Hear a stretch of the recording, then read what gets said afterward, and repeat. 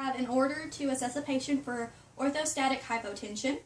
So I'm going to need to gather my supplies. I'll need my stethoscope, my blood pressure cuff, and some disinfecting wipes just to clean the cuff after we have used it.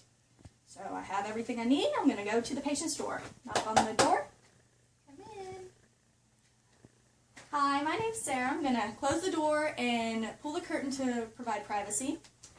I'm going to set this down. My name's Sarah. I'm a student nurse at Ranger. Wash my hands. I heard that you're just having a little bit of dizziness when you stand up. Is that correct? Yes, ma'am. Okay. Well, I'm just going to take your blood pressure a few times and we're going to figure out what's causing that. Is that all right with you? Yep. Okay. Well, can I have your name and a date of birth? Sharon Berger, 7995. Okay. And the way we're going to do this is the first time we're going to take your blood pressure, you're going to be lying down like this. And then you're going to be sitting up with your feet on the ground, and then you're going to be standing, okay? And if you feel dizzy whatsoever during any of this, you tell me right away, all right? Okay. Now, when the patient is in supine position, you need to make sure that they have been lying that way for about 5 minutes because if they were active beforehand, it could affect the blood pressure reading. So she's been here for 5 minutes. Okay. Is there any reason why I wouldn't be able to take a blood pressure reading on either arm? Nope. Okay, and which would you prefer? Allowing the patient to choose their preference makes them feel more at ease and more in control of the situation. So it's always better to ask what they would prefer. They feel like they're a part of the whole experience. Oh, do you mind if I sit down? I'm sorry. Okay.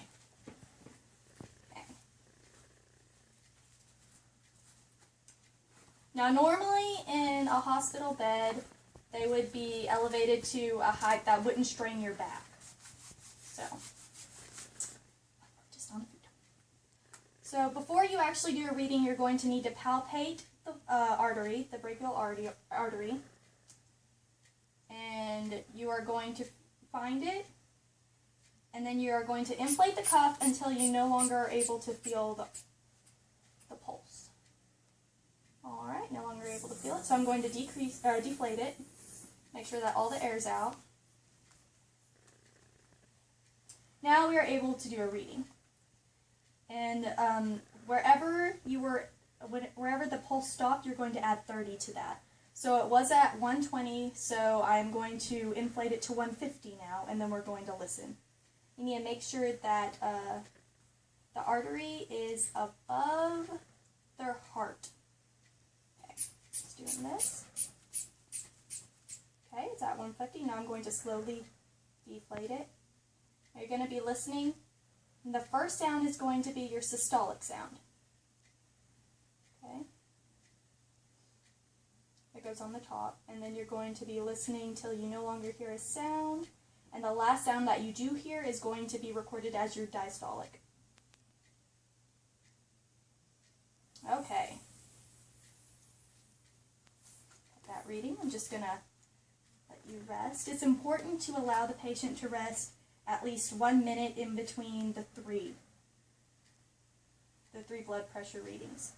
So I'm going to, while she's resting, I'm going to record the reading. Okay.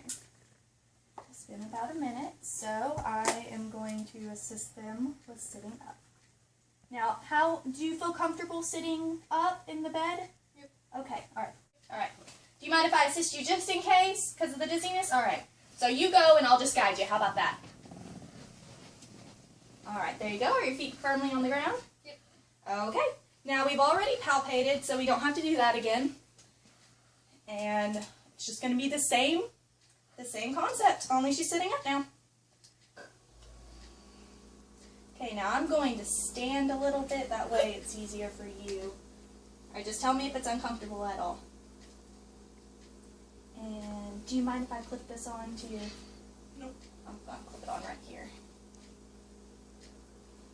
Maybe. Okay, there we go.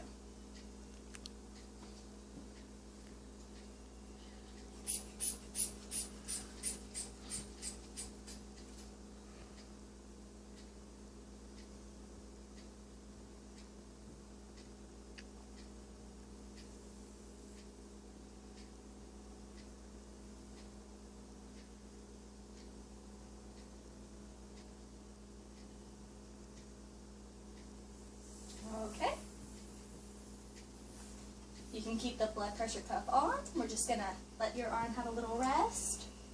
While you do that, I'm going to be documenting. Okay, that's been about a minute, so I'm going to get you to stand up. All right, now I want you to be careful, and if you do feel dizzy, just tell me, okay? We can go slower. All right, let's get you to stand up. Okay. Whoa. Here, put your arms up here. There we go. Ready? Go. There we go. Are you okay? Are you okay? Okay. All right. Now I'm short, so I'm going to have to tiptoe a little bit. But it's the same thing again.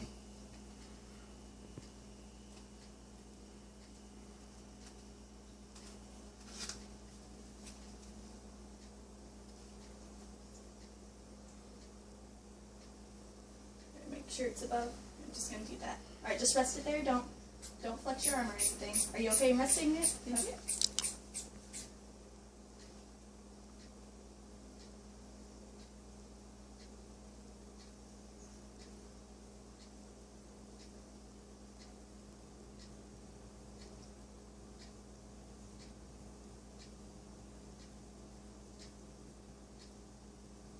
Okay. Now, immediately after you take their standing blood pressure, you need to assist them in sitting down. So we're just going to sit you down. Do you think you can do that? There we go. All right. Now, as they're resting, you are going to document your final thing. Now, it's normal for the blood pressure to elevate with every step. What would cause her to be diagnosed with orthostatic hypotension would be if there was a 15 to 20 millimeter of mercury drop when she was lying down to sitting up. So instead of it being elevated, it would actually drop and decrease. That's where it would be hypostatic. So what we're going to do is, it does look like she has some issues. I'm going to take this blood pressure cuff off. Thank you. Alright, and I'm going to assist her to lie down. Get you to lie down again. I'm going to make sure that she's in a comfortable position. Are you comfortable? Yep. Do you need a cover or anything? Nope. Okay. Here's your call light, and she's down to the lowest possible position.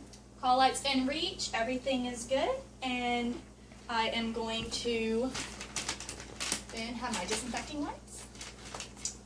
I'm going to clean this.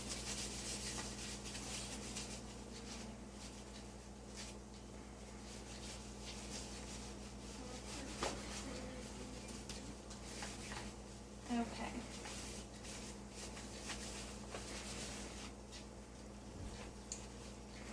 I need to